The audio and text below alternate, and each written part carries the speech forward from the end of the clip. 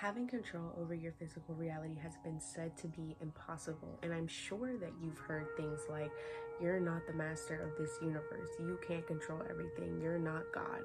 And while these things may be somewhat true, they're not. What if that's just what they want you to think? They being whoever told you this. Keep in mind that people who tell you these things are usually just projecting their own experiences onto you. Just because they tell you that, that doesn't mean that it's the end all be all. It doesn't mean that it's a fact. It's somebody's opinion. Because here's the thing. You do call the shots. My channel, we firmly believe that your reality is your reality, and you have the free will and the choice to make that reality whatever you desire it to be, no matter your outward circumstances. Because what if your perspective and your energy and your perspective of energy in this case is the missing key that you need to open the doors of opportunity for you, allow you to walk into the dream life that you've desired to live for so long. In this video, we will be going through part 2 of energy work. This is going to be about commanding and shaping energy. I am so excited to teach you guys and share with you guys my techniques that I've used, or my technique that I use, allowing you guys to kind of start off small and interact with me through this video. If you haven't watched part 1 yet, I suggest you watch that before you start this video, because I go a little bit more in depth about just what energy work is and why it can be useful to you, how it can be useful to you, and then I did also give an interactive activity in there. Hi, my name is Janessa-Belle. If you are new here, and if you are not new, then welcome back to my channel. So why are we doing this energy work, and what is commanding energy? How can it be useful to you on your journey, and what will it really help you with? I'm glad you came here to figure it out, okay? So before we start, a little disclaimer. I have 2 of them. The first one being that your journey is your own. Not everybody is going to resonate with this and this like technique that I'm using. So if you don't, then I always suggest doing further research so you can find something that works best for you in your journey and your craft and whatever else you're trying to accomplish here, okay? Second one being that this technique is getting a little bit more deeper into spirituality. It is still not considered witchcraft in my opinion, just learning how to project your energy into certain objects or into certain situations. So to start off with, energy is the force that flows through everything, okay? Core essence of who we are that is inside all of us and is inside everything, and that's what connects all of us together. With energy work, and especially with the work that we are going to be doing today, this is going to allow you to not only feel your energy, but learn your energy a little bit more, and learn how to project that energy into objects, situations, or people in order to allow things to flow a little bit more smooth for you in your day-to-day life. Not only is this an effective way to get more in tune with yourself and the universe, but it is also going to free up the space in your mind and your spirit to be able to understand that it has more control over this bendable reality than you think it does. And you're going to be using that to your benefit by doing the technique that I'm going to show you. Your material items, yourself, your relationship, opportunities that desire to be aligned with you will become aligned with you. This energy work is more of allowing you to feel like things are already happening for you, or allow you to feel like, oh, this isn't, you know, even if it doesn't happen today or tomorrow, I know this is inevitably going to happen for me, and I know when it does happen to me and for me, I'm gonna be ready, I'm gonna be able to do it. And I'm talking about like your dream goals, the things that you actually truly desire to do for yourself, for your legacy, for your family, etc. So the real magic is within you. It's within your thoughts, it's within your actions, it's within your daily habits, it's within your intention, it's within everything that you do. You produce the magic. So this is also me wanting to go into saying that, again, I will say this in every video, I will scream it from the top of the mountaintops when I can. You do not have to go out and buy a whole bunch of objects. You don't have to go out and buy a whole bunch of plants. You don't have to go out and buy a whole bunch of shit. Like, you really don't. You don't need it, because you are the magic. You are the things that put the magic into the shit that you buy, okay? It is not the other way around. The magic does not come from the items that you buy. It comes from you putting your essence and your energy and your intentions and your magic into the items, okay? And again, that's what we're going to be focusing on in this video. When you awaken to the fact that you have the magic inside of you, it changes everything. You have to understand that you have, and this is why I wanted you guys to do the week 1 challenge of just inserting a meditation or some kind of time for yourself where you sit and allow yourself to just be in your own energy for 7 days straight before you go into this, because I need you to learn that you have free will and you have choice, and it's a choice to meditate, it's a choice to sit and journal, it's a choice to sit with yourself and actually get to the root of some of the issues that you have, or even just allowing yourself time and grace to feel the things that you kind of push down throughout the day. I wanted you to get that down packed so you could understand discipline and you could kind of get a feel of your energy and how to direct it. That's literally the whole objective of week 1.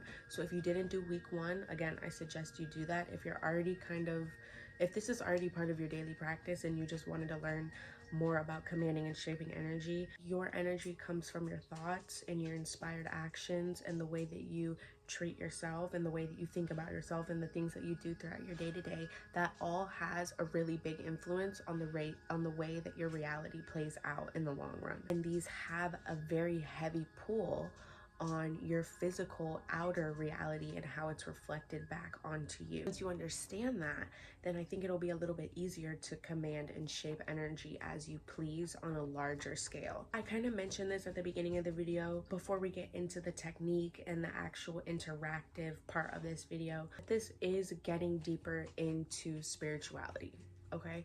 This does have to do with energy manipulation, as some would call it. Manipulation of energy is more of you taking your energy and your influence that you have and the magnetic pull that you have to outwardly influence the universe or the world around you or people around you or whatever your intention is, okay? As you get deeper into this, I also need you to understand how the balances of the universe work, because that is very, very important. Biggest lesson for you and the biggest thing that I want you to take away from this disclaimer is to use your intuition and use it wisely while doing energy work, okay? If something doesn't feel right to you, then don't do it. If something feels really good or allows you to free up space in your mind and in your spirit in order to take it a step further, then do it. Like, follow your intuition. Don't do everything that everybody else tells you to do. I will scream this from the rooftops for as long as I live. This is your journey, okay? Anybody that tries to tell you this is exactly how you have to do it, and if you don't do it this way, then you're going to be fucked, or you're not doing it the right way or whatever, especially with spirituality and witchcraft, it is your craft, okay? It is your creation. So create the way that you want to create. Don't let other people dictate that, okay?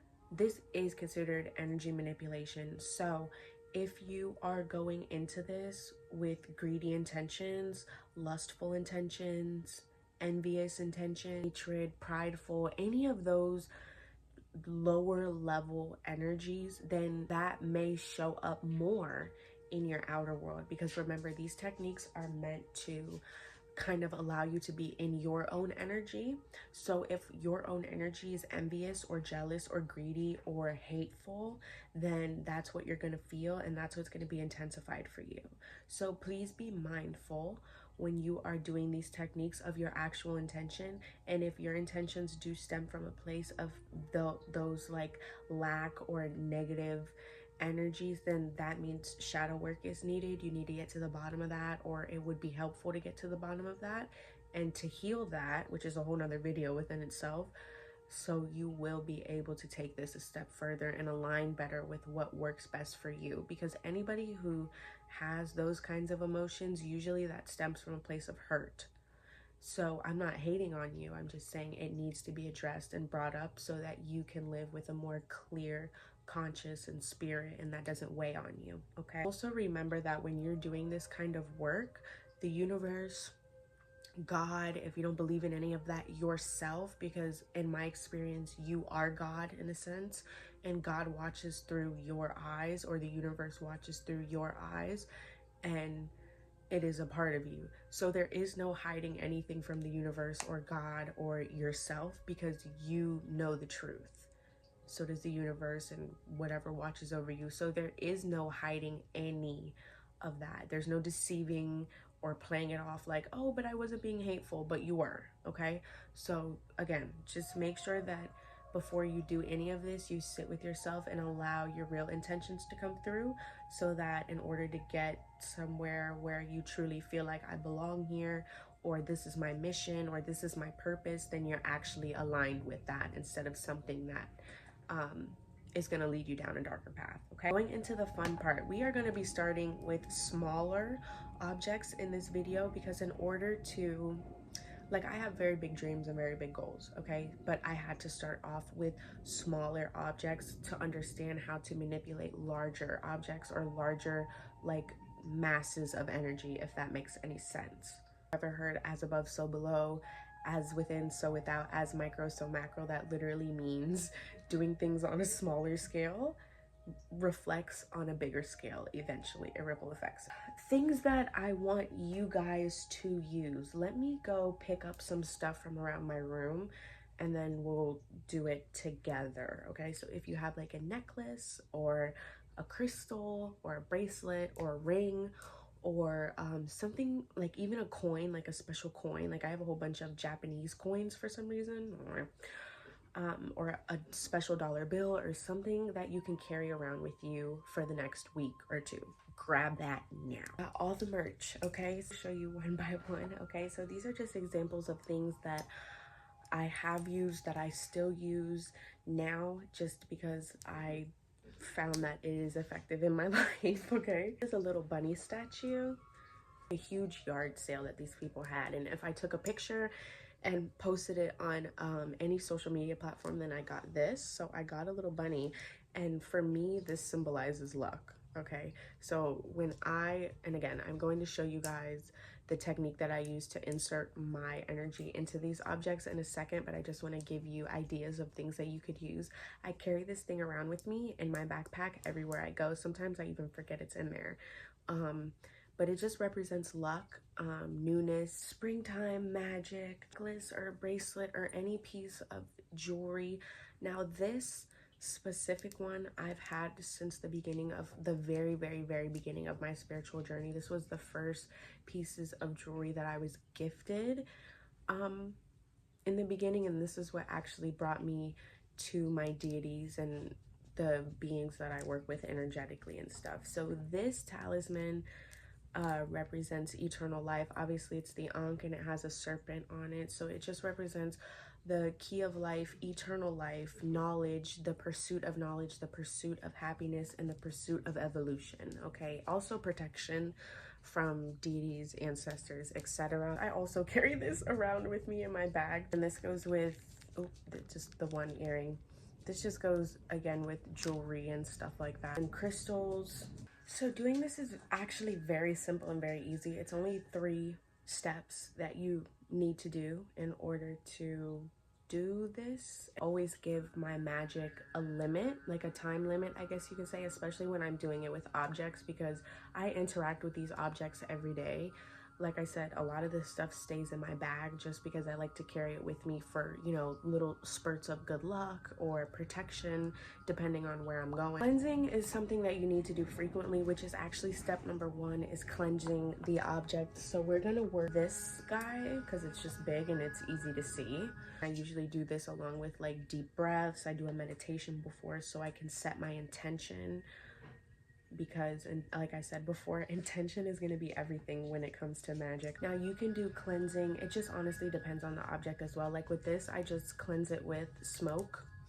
So I grab an incense most days, a smudge along the bottom, around it, and counterclockwise is unwinding or cleansing of any energy that it already has. So again, counterclockwise is cleansing the energy that is already put here. I think of it as like a bath, like you're stripping it of everything, all the properties that it already has, and allowing it to be more susceptible to you putting your energy into it, okay? So I do that for a good maybe 1-2 minutes, just counterclockwise. I do that and I'm in the mode of like, okay, this is cleansed, this is clear, I can use it now. Then I do clockwise, and that's when I start wrapping it with the smoke, or like, you know, with my energy, and cleansing it with my intention. So for this, again, my intention for this is to contact with my ancestors, make sure that my ancestors and the deities that I work with are